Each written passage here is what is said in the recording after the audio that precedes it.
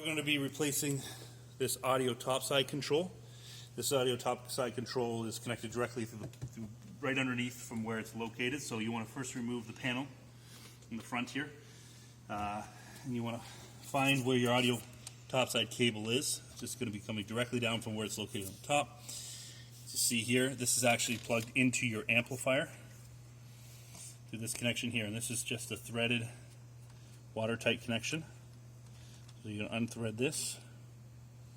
You're just going to pull these two apart. Okay, so there's actually little tabs in here. I'll show you when we reconnect. Those tabs have to line up.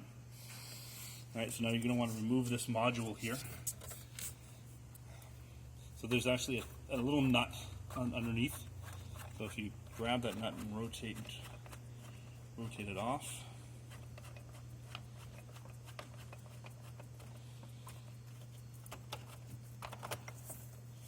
Pull the nut out, and the top side will come out correctly from the top.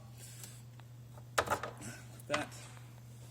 So as you see, this nut threads underneath here, and this top side sits in between the shell, sits in between the nut and the actual top side. That's how it connects in.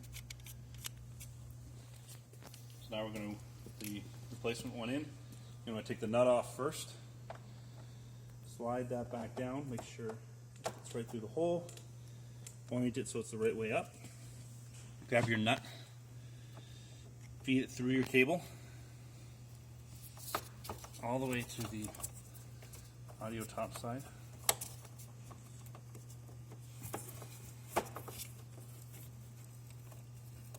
And thread it back on.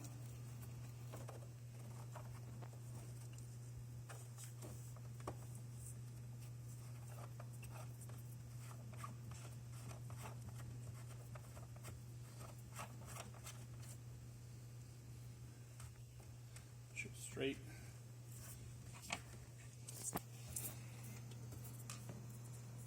Nice and tight.